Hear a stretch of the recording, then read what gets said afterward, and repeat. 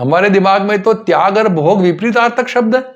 हम तो दोनों को विपरीत मानते हैं। जहाँ त्याग कर दिया वहां भोग कहाँ, जहाँ भोग है वहां त्याग कहाँ।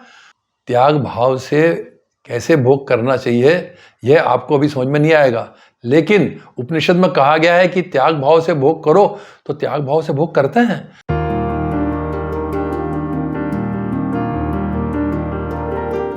अगले दिन हम पुनः स्पिरिचुअल मैन के पास पहुंचे, तो स्पिरिचुअल मैन ने कहा कि कल मैंने ईशावास्य उपनिषद का पहला श्लोक सुनाया था, वह आधा था।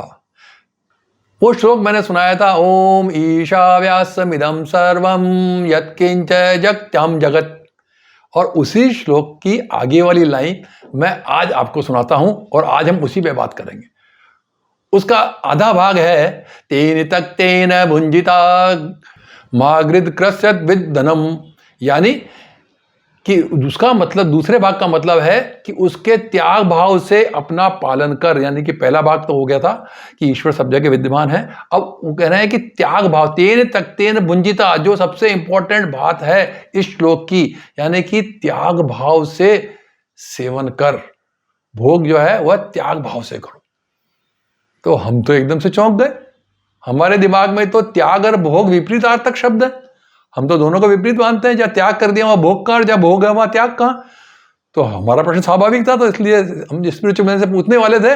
इतने में स्पिरिचुअल मैन खुद बोले, मुझे पता है तुम्हारे दिमाग में क्या चल रहा है, तुम यही सोच रहे हो ना कि त्याग भाग से कैसे भोग सकते हैं, भोग और त्याग तो विपरीत है। मैंने कहा हाँ बिल्कुल सब, हम तो यही सोच रहे हैं कि आप कैसे कह रहे हैं कि तेन तक तेन भुंजिता, आप लिखा तो उपनिषद में है, बात तो सत्य होगी, उपनिषद में कोई बात गलत तो लिखी हुई नहीं है, लेकिन हमारे को तो समझ में थोड़ी सी कम आती है ना, हम तो मोटी बुद्धि के आदमी हैं।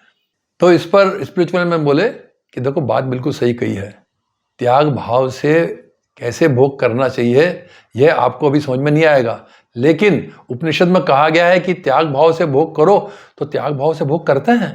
जो महान संत होते हैं ना, उनका भोग त्याग भाव से ही होता है। हमने कहा अच्छा वो कैसे, जरा बताइए तो सही, हमें तो नहीं समझ में आ रहा है। उन्होंने देखो, मैं आपने पिछली बार कहा था कि कोई कथा सुनाओ तो आपको जल्दी समझ में आती है, तो आज मैं आपको एक कथा सुना देता हूँ। तो इस पर स्पिरिचुअल मैन बोले कि आपने ऋषि दुर्वासा का नाम सुना है? हमने कहा बिल्कुल सुना है साहब, दुर्वासा ऋषि तो बहुत प्रसिद्ध ऋषि हुए थे। वो तो अपने क्रोध के लिए जाने जाते थे, छोटी छोटी बातों में शाप दे देते थे, बहुत क्रोधित हो जाते थे, लेकिन बहुत बड़े प्रकांड विद्वान भी थे और बहुत ज्ञानी थे। तो उन्होंने कहा बिल्कुल सही सुना है आपने। वही दुर्वासा ऋषि एक दिन यमुना किनारे ठहरे हुए थे।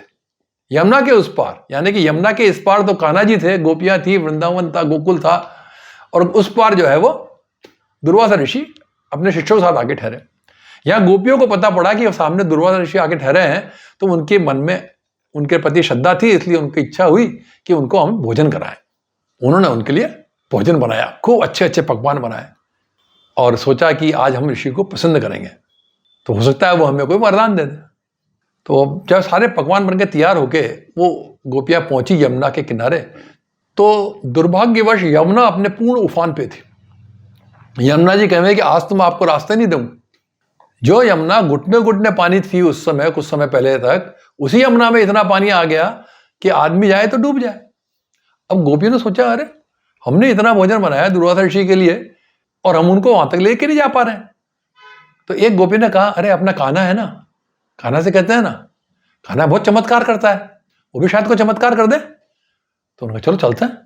सब गए श्री कृष्ण के पास और श्री कृष्ण से जाके विनती करी कि है कान्हा, हमने दुर्वासा ऋषि के लिए बहुत प्यार से भोजन बनाया है, लेकिन ये यमुना जी जो है बहुत ऊपर आ गई है और हम वहां अपना भोजन लेके नहीं जा पा रहे, और हमारी इच्छा है हम दुर्वासा ऋषि को भोजन कराएं।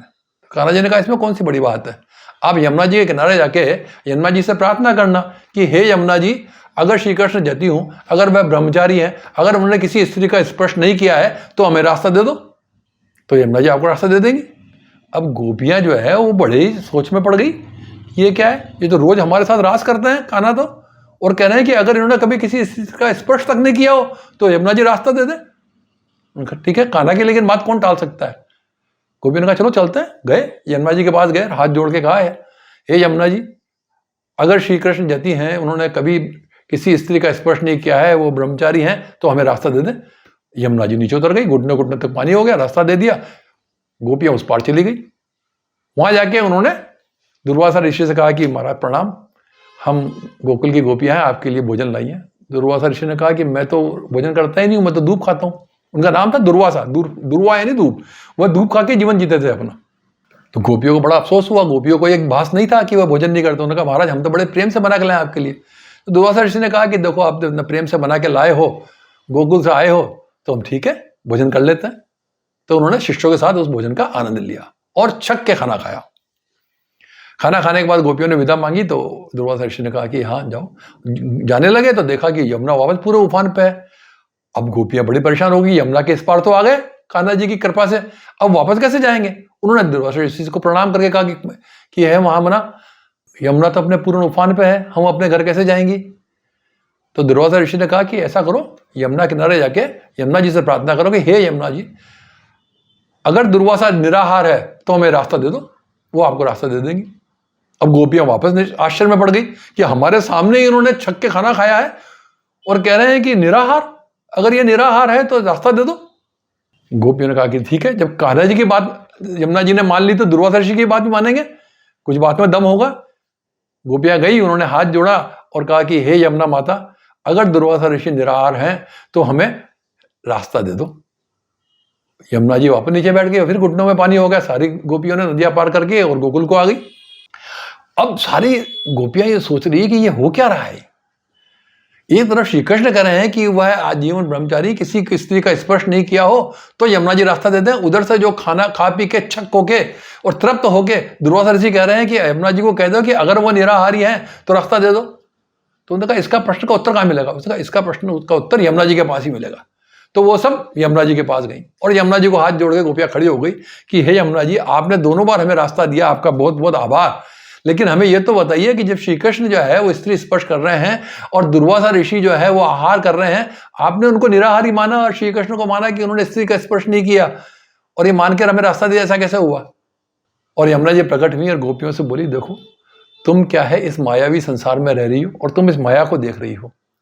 ये जो दोनों हैं, भगवान श्री कृष्ण माया के ऊपर हैं, मायापति हैं, माया उनके अधीन है, और दुर्वासा ऋषि भी माया के बहुत ऊपर उठ चुके हैं, वो मायातीत। तो इसलिए श्री कृष्ण ने जो कहा बिल्कुल सही कहा। वो तुम्हारे साथ रास करते हैं, तुम्हें स्पर्श करते हैं, लेकिन त्याग भाव से करते हैं। उनके मन में तुम्हारे प्रति त्याग भाव है, मतलब वो अपने कर्तव्य का निर्वहन करना है कि तुम्हें आनंद आए, इसलिए तुम्हारे साथ रास कर रहे हैं। वो खुद के आनंद के लिए नहीं कर रहे हैं, उन्होंने तुम्हारे आनंद के लिए तुम्हारे साथ रास किया, तुम्हें स्पर्श किया तुम्हारे आनंद के लिए। उनके मन में तो त्याग भाव है। और इसी तरह से दुर्वासा ऋषि के पास तुम गए थे तो दुर्वासा ऋषि को जाकर तुमने क्या कहा था कि भाई हम बना के लाए आपके लिए खाना। दुर्वासा ऋषि ने कहा ना कि मैं तो दुर्वा खाता हूं, लेकिन तुमने जब प्रेम से कहा उनको तो दुर्वासा ऋषि को लगा कि इनका मान रखना चाहिए। उन्होंने त्याग भाव से भोजन किया, उन्होंने स्वाद नहीं लिया भोजन का, उन्होंने तुम्हारे मान रखने के लिए, तुम्हारे प्रेम के लिए भोजन किया। उस समय उनके मन में त्याग भाव था, आसक्ति नहीं थी।